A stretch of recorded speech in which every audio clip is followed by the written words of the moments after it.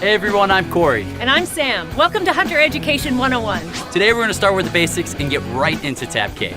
Tab K? No way! Yeah, way. Tab K is hard to say but easy to play. Let's start with the letter T.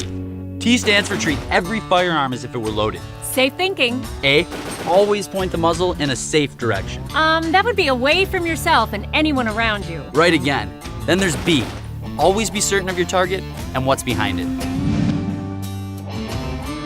Because a miss isn't a miss if you hit something you're not aiming for. Then finally K, keep your finger outside of the trigger guard until you're ready to shoot. You've heard of trigger finger before, right? Avoid it.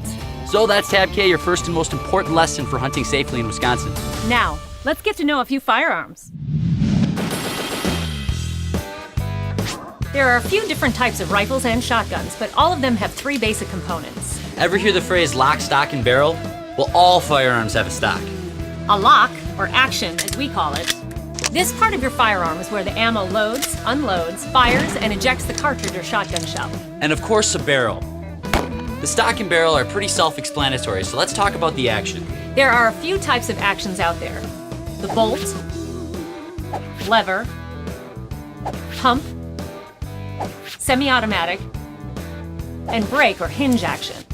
And there are a couple of different types of magazines too, like the box or the tubular type. What type are you using?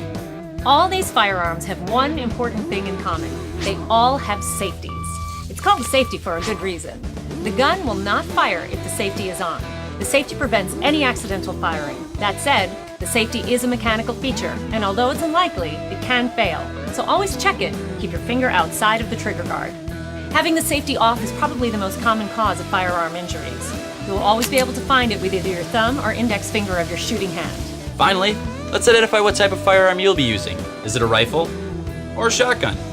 What's the make, model, caliber, or gauge? Get to know your guns. Let's test out.